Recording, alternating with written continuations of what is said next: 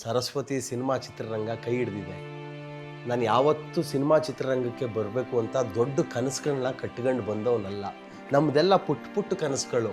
ಆರ್ಕೆಸ್ಟ್ರಾದಲ್ಲಿ ನಾನು ದೊಡ್ಡ ಸಿಂಗರ್ ಆಗಬೇಕು, ಆರ್ಕೆಸ್ಟ್ರಾಗಳಲ್ಲಿ ನಾನು ಸೂಪರ್ ಸ್ಟಾರ್ ಆಗಬೇಕು, ಆರ್ಕೆಸ್ಟ್ರಾಗಳಲ್ಲಿ ನಾನು ಮೈಕ್ ಹಿಡ್ಕೊಂಡು ನಿಂತ್ಕೊಂಡ್ರೆ ಜನ ಎಲ್ಲ ತುಂಬಿರ್ಬೇಕು ಅಂತ ಕನಸು ಇಟ್ಕೊಂಡವರು. ಹಲೋ ಏನ್ಲಾ ಬುಲಾ ಕುಂತ್ಕಲಾ, ನಮಗೆ ಸುಳ್ಳು ಹೇಳಕ್ಕೆ ಬರಲ್ಲ ಆಯ್ತಾ. ನಿಮಗೆ ಸ್ಟ್ರೈಟ್ ಆಗಿಬಿಟ್ಟು ಕೇಳದೆ ಇರೋಕ್ಕೆ ಬರಲ್ಲ. ಯಾರಡ ನಾನು ಬೇರೆಯವರು ಪ್ರೆಸ್ ಮೀಟ್ಗಳು ಮಾಡಿ ಸಿನಿಮಾಗಳಿಗೆ ಬನ್ನಿ ಅಂತ ಕರೆದಾಗ, ಪ್ರೆಸ್ ಮೀಟ್ ಮಾಡಿ ಸಿನಿಮಾಗಳಿಗೆ ಬಾ ಅಂತ ಕರೆದುಬಿಟ್ರೆ ನಾನು 2,000 ಖರ್ಚು ಮಾಡ್ಕೊಂಡು, ನಾನು ನನ್ನ ಫ್ರೆಂಡ್ಸ್ 5-6 ಜನ ಹೋದರೆ ನಂಗೆ 3-4 ಸಾವಿರ ಖರ್ಚಾಯ್ತದೆ. ನಾನು 3-4 ಸಾವಿರ ಖರ್ಚು ಮಾಡ್ಕೊಂಡು ಯಾಕೆ ಹೋಗಲಿ? ನಮ್ಮನ್ನು ಫ್ರೀಯಾಗಿ ಯೂಟ್ಯೂಬ್ನಲ್ಲಿ ಕೂತ್ಕೊಂಡು 100 ಜನ ಹಾಡುಗಳನ್ನು ಕೇಳೋದು ಬೇರೆ, ಅವರು 2 ಗಂಟೆ ಟೈಮ್ ಕೊಟ್ಟು ದುಡ್ಡು ಕೊಟ್ಟು ನನ್ನನ್ನು ಥಿಯೇಟ್ರಿಗೆ ಬರೋದು ನೋಡೋದು ಬೇರೆ.